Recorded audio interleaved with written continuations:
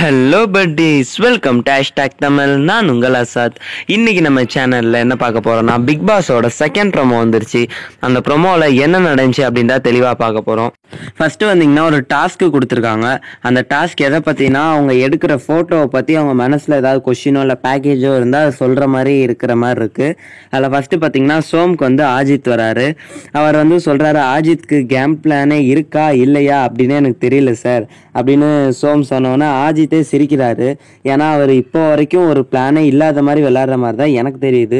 உங்களுக்கு என்ன தோணுதுன்னு கமெண்ட்டில் சொல்லுங்கள். அடுத்து பார்த்தீங்கன்னா ஆரிக்கு வந்து ரம்யா வராங்க.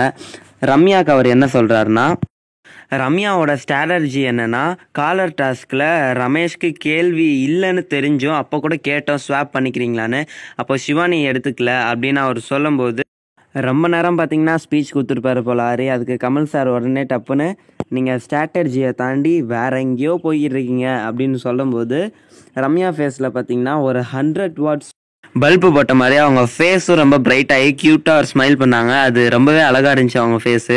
உங்களுக்கு எப்படி இருந்துச்சுன்னு கமெண்ட் பாக்ஸில் சொல்லுங்கள். இதில் வந்து ஆரி செம்மையாக கமல் சார்கிட்ட மொக்க வாங்கியிருக்காரு அப்படின்னு தான் சொல்ல முடியும். எப்போ பார்த்தாலும் வள கொலன்னு தான் இழுத்துக்கிட்டு இருப்பாரு. அதே மாதிரி இப்போவும் பேசிக்கிறதுனால சார் வந்து டக்குன்னு சொல்லிட்டாரு. இது பார்த்திங்கன்னா ரொம்பவே க்யூட்டாக இருக்குது ரம்யா அப்படி சிரிக்கும்போது.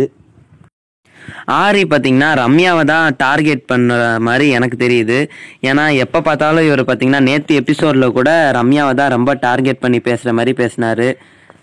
அடுத்ததாக பார்த்தீங்கன்னா ரம்யா எடுக்கிறாங்க. அதில் வந்து ரியோ ஃபோட்டோ இருக்குது. ரியோவை பற்றி அவங்க என்ன சொல்கிறாங்கன்னா, சார் எனக்கு வந்திருக்கிறது ரியோ. இவர் வந்து பிரச்சனையை தவிர்க்கணும் அப்படின்றதுக்காக மேலோட்டமாக வேற பிரச்சனையை தேடி போயிருக்காரு அப்படின்னு ரம்யா சொல்கிறாங்க. அதுக்கு வந்து உடனே ரியோ ஃபேஸ் வந்து கொஞ்சம் மாறிடுச்சு. அப்புறமா பார்த்தீங்கன்னா பாலாஜி எடுக்கிறாரு. பாலாஜிக்கு வந்து ஆரியோட ஃபோட்டோ இருந்தது. அதை பார்த்தோன்னே எல்லாருக்குமே சிரிப்பு வந்திருக்கும்னே சொல்லலாம்.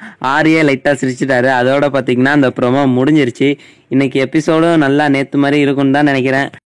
மறக்காமல் நம்ம சேனலுக்கு சப்ஸ்கிரைப் பண்ணிவிட்டு அந்த பெல் ஐக்கானில் ஆலை செலக்ட் பண்ணிட்டீங்கன்னா நோட்டிஃபிகேஷன் உங்களுக்கு உடனே வந்துடும். வேறு ஒரு வீடியோவில் பார்க்கலாம். தேங்க்யூ ஃபார் வாட்சிங்.